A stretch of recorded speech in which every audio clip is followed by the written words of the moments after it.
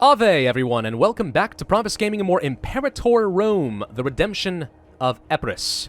In the last video, we attacked our former ally to the north and ate a lot of their cities while they were distracted. It was glorious, and now we have a lot more population and trade goods to work with. I'm pretty happy with how that all turned out.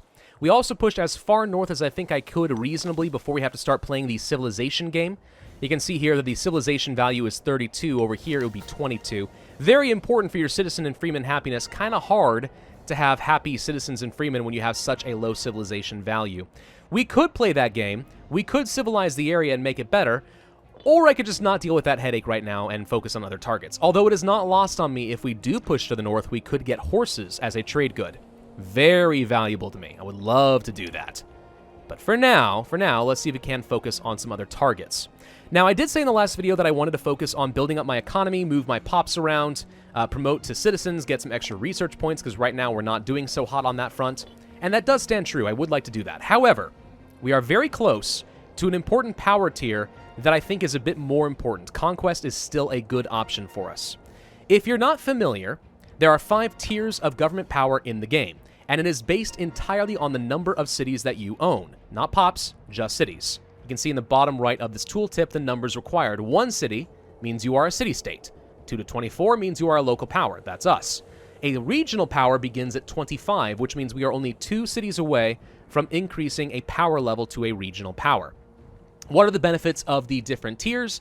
Well, as a local power, you can see that we can join defensive leagues and we can have alliances. So can city-states, by the way. We also get extra diplomatic relations and longer diplomatic range. Seems okay.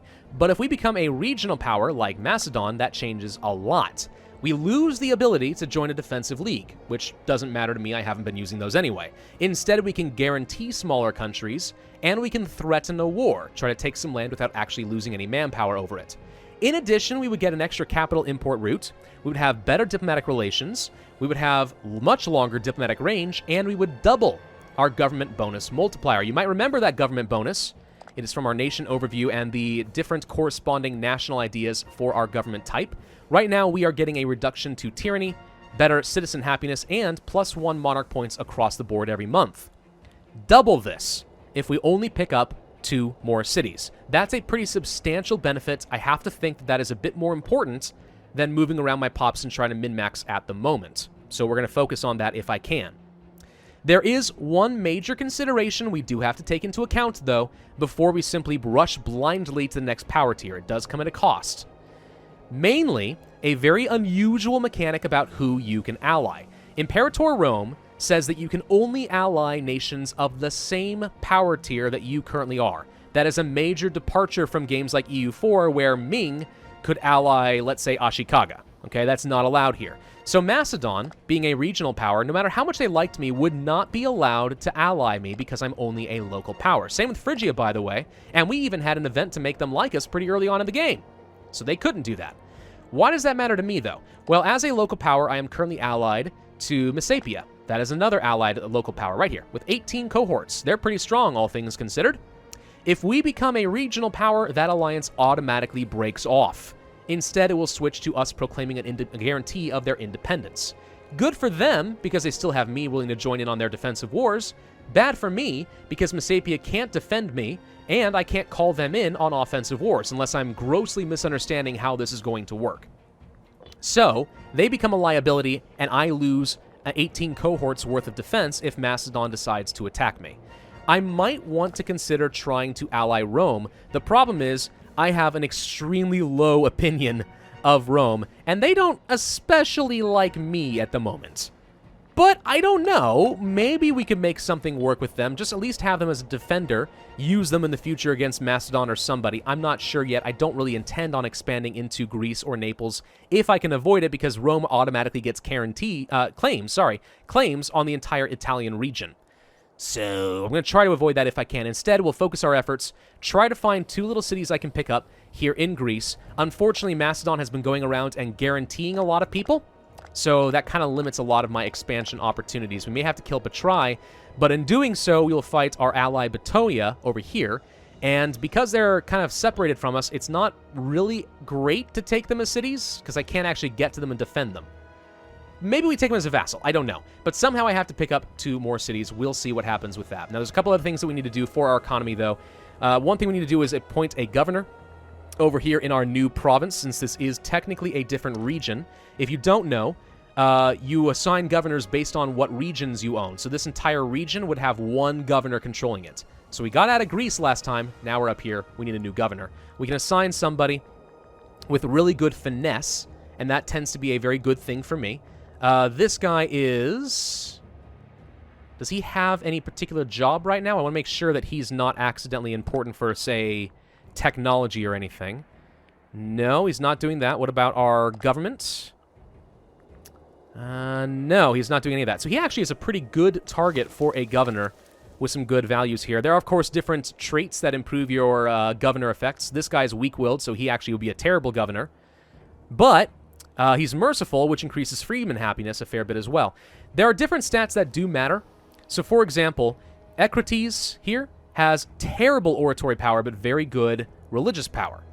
As a governor, he could actually convert pops to our religion if we have that problem. Let's go ahead and appoint him. I'll show you exactly what I mean. So governors have different policies that they will enact in the region that they are governing. So right now, he is... it's kind of hard to tell exactly. Let's see. He is focusing on civilization efforts. Namely, he is increasing the monthly civilization value of all provinces in this region by 0.05. That's actually not too bad, especially if we do have some tribes that we need to worry about. And there is a chance every month that a tribesman pop will automatically promote to either a freeman or a slave.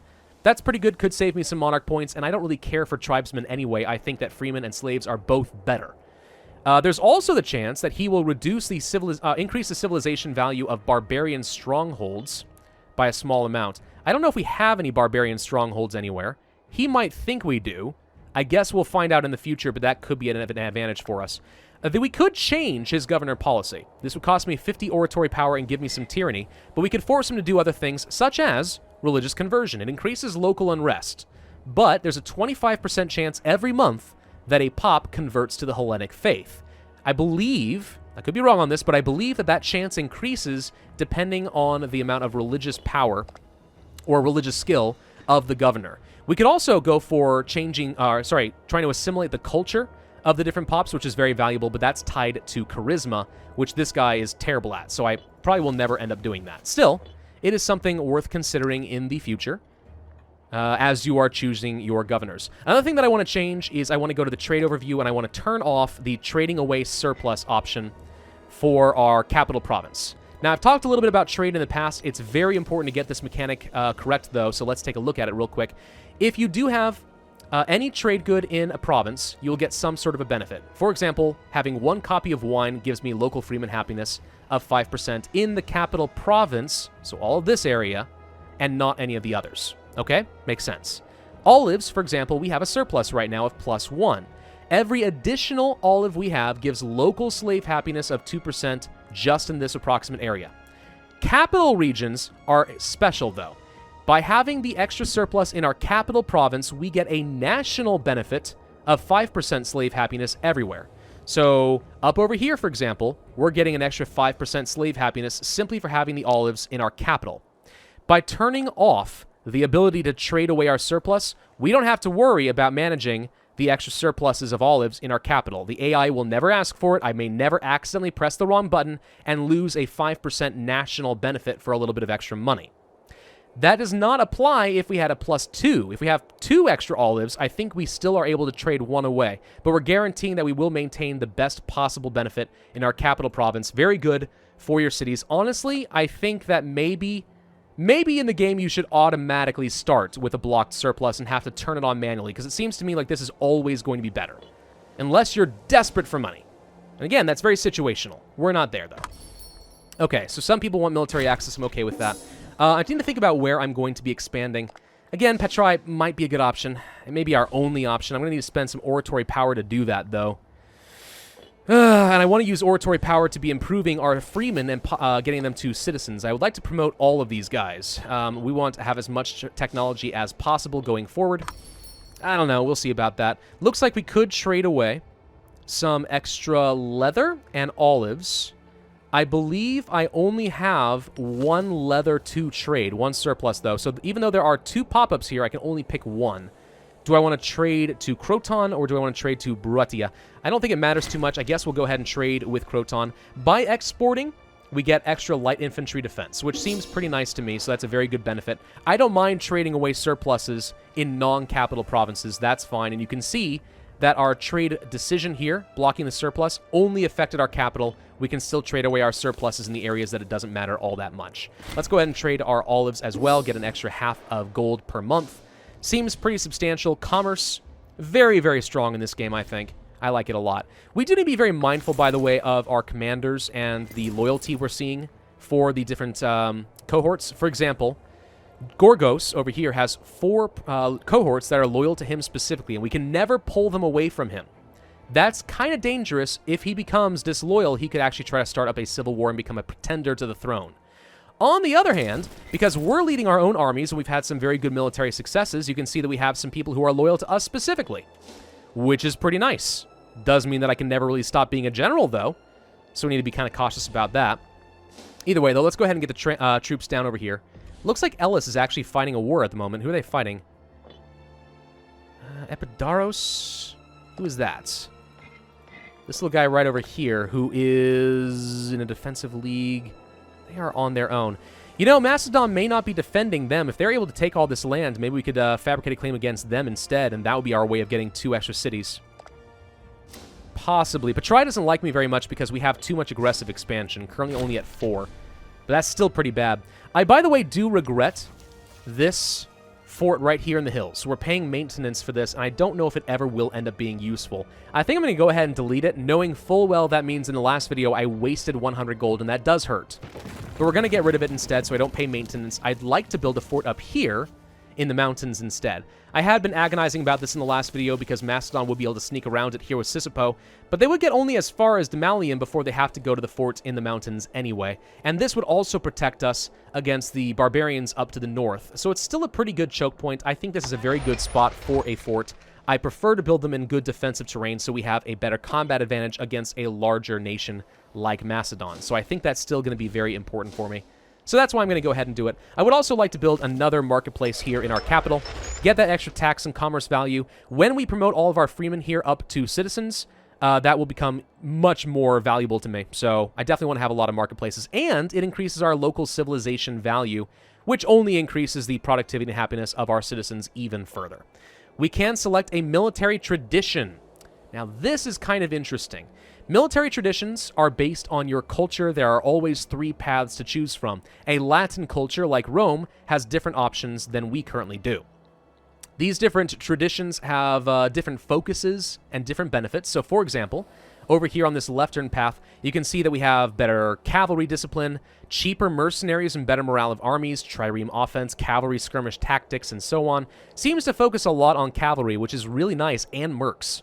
Like, I like this one a lot. This could end up being really good for us. There's also a heavy infantry focus and better siege value, and a tactic allowing for military colonies. I don't remember what this does exactly, but I'm sure it's pretty good. And over here, we can focus mostly on light infantry, better archers and fighting in mountains, and so on. Also, Victor's Spoils greatly increasing our enslavement efficiency and giving us the ability to use our triremes to raid ports and steal pops. That could be kind of nice for us too. If you pick one path, you are not restricted to only the one path. You can still continue to do whichever ones you want. However, there is basically no chance that you can get every single tradition in the game. So it's probably better to pick one path and go all the way down, get as many benefits as you can. I'm debating which one we want to do. I'm very partial to heavy infantry, but we don't have iron. I'm very partial to cavalry, but we don't have horses.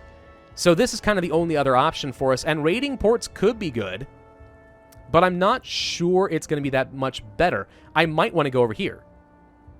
That said, I'm also not going to make this decision right now. It costs me 800 military power to pick up a tradition. If we pick one up, that will increase the cost of the next one by 50%.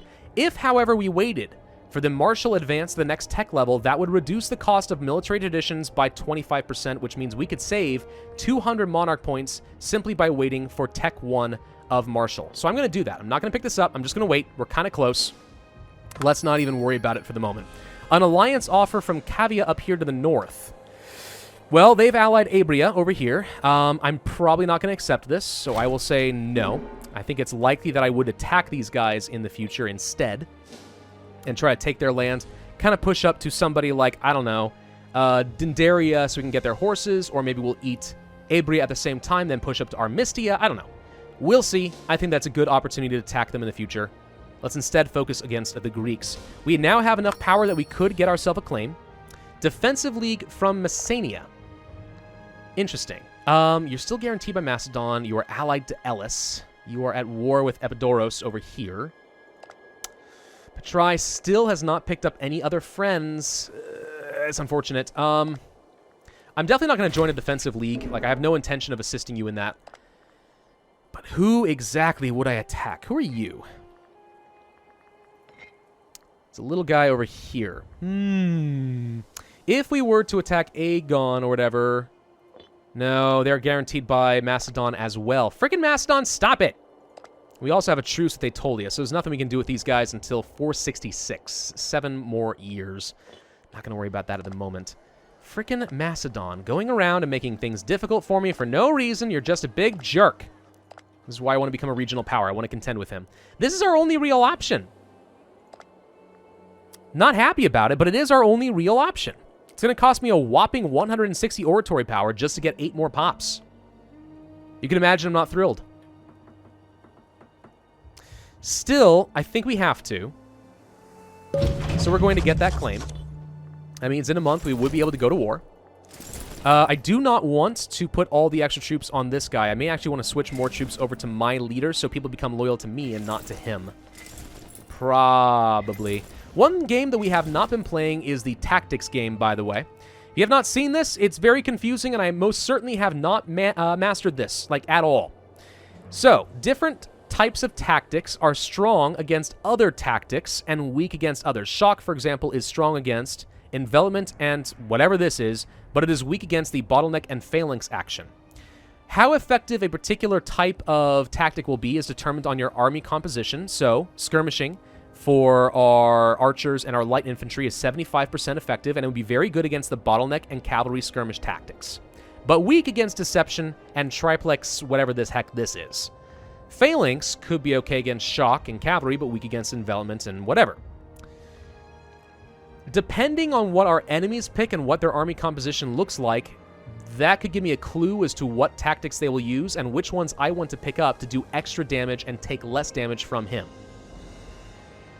That said, I don't know. He could potentially go for bottleneck, in which case skirmishing is good against it. If he sticks on shock, though, I'm going to wish that I had bottleneck, which is good against the shock. But weak against skirmishing, so if he's picking up skirmishing, then that could be bad for me. Like, which one do I want? It's a weird game that you have to pick, just based on trying to guess what the AI does. Sometimes it works out, sometimes it doesn't. I guess I'll go for the skirmishing tactic here, since that is most effective for this particular army composition, but is complicated. Maybe we will go for the bottleneck on this guy. Or phalanx. You know what? I think I'll go for phalanx on this guy instead. Let's see if that works. I really don't know. It's bizarre. I most certainly have not managed to master that yet. We want to deselect you and group you guys up. I also want to go to you and probably move a few units off. Let's remove a couple non-loyal units like these guys. Okay. And I will join them up with my proper leader so that everyone becomes loyal to him instead. These 7 cohorts over here, I'm not sure what I want to do with them. We're not going to assign a general because why take the risk of them being loyal? But we might have to use them against Boeotia in the near future. All right, trade good with Kavia. They would like to get my marble from Aetolia. Well, this is a different province, so it is not really relevant for our capital province at the moment. I guess I'm okay with trading that away. Sure, let's go ahead and get the extra money. That seems pretty good. Let's go to the economy, make sure that I am paying the full army maintenance, and I am. I'm going to continue paying the full fort maintenance. We may want to consider changing up some of our income rules. Taxes, for example, are probably okay here on default taxation. Like, why lose the money? Why lose the research points by changing it? Commerce, however, I think free trade is really good. It reduces your national commerce income by 15%, but all provinces get an extra import trade route. That could be external, like international trade routes. It could be internal. Either way, it's a lot of money, and I think that it could easily overcome the 15% commerce reduction. But it's probably more valuable if you have a lot of provinces to work with. Right now, we only have 3, I think. 3? Yes, 3. So the more provinces we have, the more I will be inclined to change that. For now, this might be okay. So do we want to go ahead and declare the war? We'll fight Boeotia. I could call in Messapia, which I don't dislike that idea, but I also don't see a huge advantage to doing so. So I think I'll just pass on that. Let's just go ahead and declare the war. Against this one province minor, let's attack him immediately and see if we can't cross that strait and win. If we can get a fort here, this will be a very good defensive choke point to use against our enemies in the future, but I don't know. We'll see. So, Boeotia, you're going to get called in. You are at war with me. I cannot get to you without having some sort of military access, and right now, Macedon is just not inclined to do so. Phrygia probably would give me the military access, but I would need to improve their opinion or send them a gift, which costs a lot of money or a lot of oratory power. Eek. We did just advance in tech for the first time, so our omen power increases by 2.5%. So I like that. We also can see that we unlocked 3 new inventions. Whatever was left here just got overwritten by these 3. If we pick one of these up, we'll gradually start working toward the ones that we left behind, fishing for them. No way to control which ones show up. FUG would give me extra primary culture happiness, which I like. That's pretty cool. Omen duration plus 10% could be nice. National population growth could be substantial. I don't know. These are all things that we could consider. Starting experience is not the worst thing in the world. Improve opinion maximum sounds really good to me right now. This would make it easier for me to get someone like Phrygia to give me my military access by improving their opinion. If you haven't seen, by the way, okay, so the way that this works, if you try to improve opinion with somebody, and it doesn't actually let me show you how this works, but there's a limit to how much more you can improve your opinion with them. I think it's like, I don't know, 40 or 50 or something like that. It's not a lot. We could get their opinion up 50 more. If we get this technology, we could increase that by another 20%. It still costs 50 oratory power. Same cost, but just extra value per power. So it's not a bad thing to pick up, especially before we get the next oratory advance. Do we want to do that, or do we want to go for something like omen duration or perhaps even population growth? Population growth is very valuable the larger you are and the more provinces are affected. I think I will go for the improved opinion maximum because that could be relevant to me in the near-ish future. Let's go ahead and kill these guys and see what happens. Okay, we managed to capture an enemy. How? Who? Why? I don't know how we got someone from Arcanania, but okay, they're dead. Aren't they? I thought they were. All right, well, great. We got that. So we are sitting at 35%. We only need 10,000 troops in order to do the siege. I'm going to go ahead and pull off some of the armies so we take less attrition. I think 11,000 here is perfectly fine. The rest of you, we need to somehow get over here. I don't want to take a ton of attrition here, though. That's one of the reasons I'm pulling off. Light infantry are very good for sieges because they take a lot less attrition. So how am I going to make this work? I think we have to improve opinion with Phrygia. I have to try to get over to Boeotia. I would like to take them as a feudatory vassal. That could be useful to me. We could also try to do that, like, diplomatically, but there's not a lot of reasons. I mean, we're not allied to them anymore, so I guess it's irrelevant, but there's not a lot of reasons for them to do so. They're just not very inclined to accept feudatory status, especially since this early in the game, we have a very small cap for our improved opinion. The Ship of State allows someone to teach me more legitimacy, and someone else becomes the Philosophos. The Philosophos is, well, let's see, hang on. We have a child, another daughter. It's a level 9, a religious job. You have very, very bad religious power. That's a terrible idea. No. Throw the lunatic away and get 50 oratory power. Perfect! All right, Phrygia, I would like to improve your opinion of me by 60. Hooray! It will take some time, but gradually it will go up to that cap. Military access from Ellis. I guess I'm okay with giving that to you guys for now, but it's not going to matter in a moment because you guys might actually die depending on what Epidaurus does. I'm kind of seeing how that war works out. So let's see. If I wanted to offer you a guarantee, how on earth could I do that? That's not possible. No, we can't. Only independent nations, major powers, and great powers can guarantee other countries. That's not going to happen. Huh. As for military access, so their opinion of me is just not high enough. We need to increase that. If we are unable to get to Boeotia, that would be unfortunate, but it's also not a huge deal. They're trade good. Olives from Epirus. Wait a minute. Oh, we do actually have one more excess of olives, so it's actually totally okay with me that we export this and get an extra 0.77 gold per month. Yeah, that seems reasonable. Someone sends me a gift. How nice of you. I get extra money. I will build another marketplace in the capital because I plan on having a lot of citizens here. Petition. The wealthier cities have sent a formal petition saying they don't like their governor. He's doing a fine job. Local unrest. He gains corruption, but also loyalty to us, or we could lose some loyalty. I'm okay with losing a little loyalty. 100's great, but 80 is also still fine. So let's not get the local unrest. Let's just do that for the time being. Pretender support, lack of a commander. I don't really care about any of that. Looks like Ellis might be dying. Looks like indeed they are. Okay, that's good. Who is Macedon not guaranteeing? Good God, they are actually guaranteeing like almost freaking everyone. Let's actually look at this. They're guaranteeing Messenia. They're apparently now guaranteeing Patrai. But fortunately, I declared them on them first. These guys, these guys, these guys, these guys. They're freaking everyone's protected. Stop it. You insufferable fool. I hope you die. I am not thrilled about Macedon and what they are accomplishing at the moment.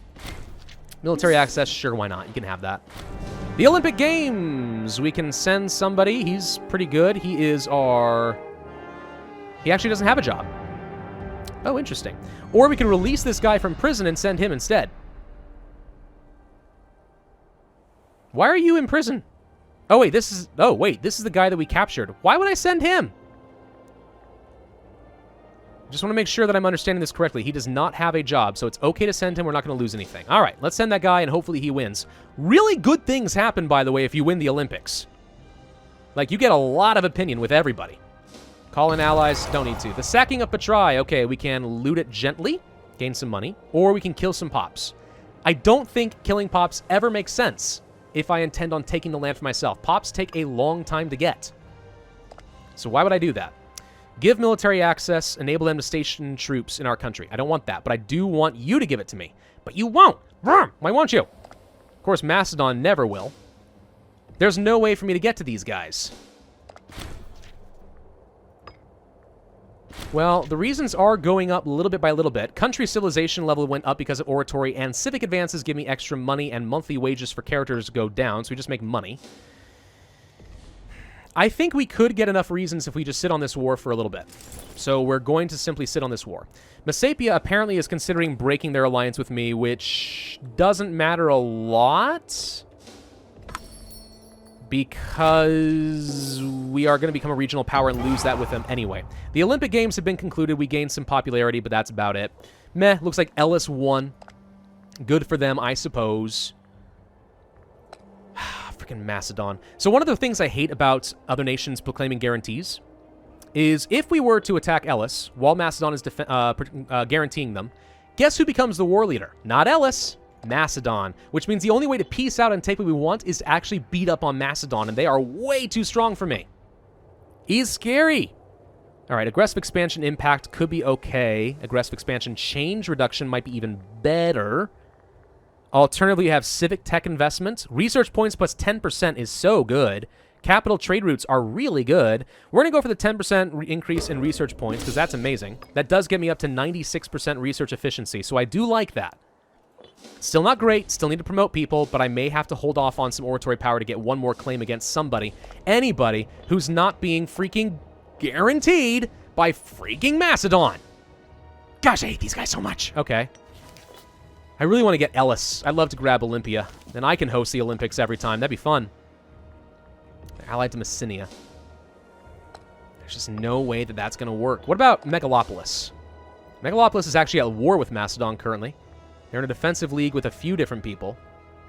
This is somebody we could attack, but how am I going to get to them? I would need a lot of ships. We could spend money on some ships. If I go over here and build 2 navy, we can automatically build some triremes and send them to join the staff. So we can afford 2 more. Let's go ahead and build a couple. I don't know how much of a difference it's going to make, but we can try. Really don't know if it's going to matter. Losing this is going to suck. We have to increase their opinion of 125 to convince them to stay in the alliance. Like, that's really hard to do. Really, really hard to increase opinion that much. 9 reasons. We're very close to getting... Oh, what just happened? We were very close to getting Phrygia to give us the military access we're looking for. We did just get our martial advance, which means now it should be a lot cheaper to pick up our Greek tradition. I think I am going to focus on the cavalry, expecting in the long game that cavalry will end up being very good for us. I don't know if this is going to be the right play, especially since it gives us no immediate advantage. I suppose we could just not pick it up at all. The one thing I really like about this is it also reduces mercenary maintenance and costs. Mercs, very powerful in this game. I mean, we could just not build an army at all, and as long as we're filthy, stinking rich, we can just hire up. Like, look at this. Like, 47,000 more troops if we need to. And I'm not maintaining, like, my manpower or anything. It's just like, hey, look, lots of money. Boom, go get them. What the heck, Boeotia? How'd you get up here? Oh, I don't like what you just did. All right, I'm going to ask for that military access now, please. Thank you. You guys go siege down Boeotia's capital. You guys go over here. They're looting me, which means I'm going to have some problems. They might even steal some pops, but it's going to be reducing their growth by a substantial amount because of looting and increasing their unrest. Like, obviously, cities do not like being looted. It's just not great. But we should be able to get this pretty easily. The Statue of Pyrus. I have never seen this work out, but supposedly it can. Sure, Epidomnos, you can have local unrest -2 and I'll lose some popularity. It might be an ugly statue, though. It probably will end up being a very ugly statue. We'll find out. How many troops do we actually need here? 10,000 again. All right. Well, let's stick with it. I can't sue for peace with a ally in a war until 36 months have passed. We have to wait at least until July before I would be able to peace out with them. I don't want these guys to become a client state or anything. I want Boeotia. So what we're probably going to do is siege this down, and I'm going to send you guys up to go and kill Boeotia's troops before they cause more damage. The zone of control over here is going to flip this guy back over to us, which is nice, but he's causing a lot of damage. So we need to go shatter him, but I will try to take this guy as a feudatory vassal. It could come in handy someday in the future, and maybe we will integrate them. I'm not sure. We could do an omen now. I think we'll come back to this in the next video, though. There's a lot of things we could talk about here, especially about research, because a lot of people have formed interesting opinions about the importance of research in this game, and I want to address it, so we'll come back to that. Thank you all for watching, though. I do hope you appreciated this video. Hit that like button if you did. Leave a comment and subscribe, and I will see you guys next time.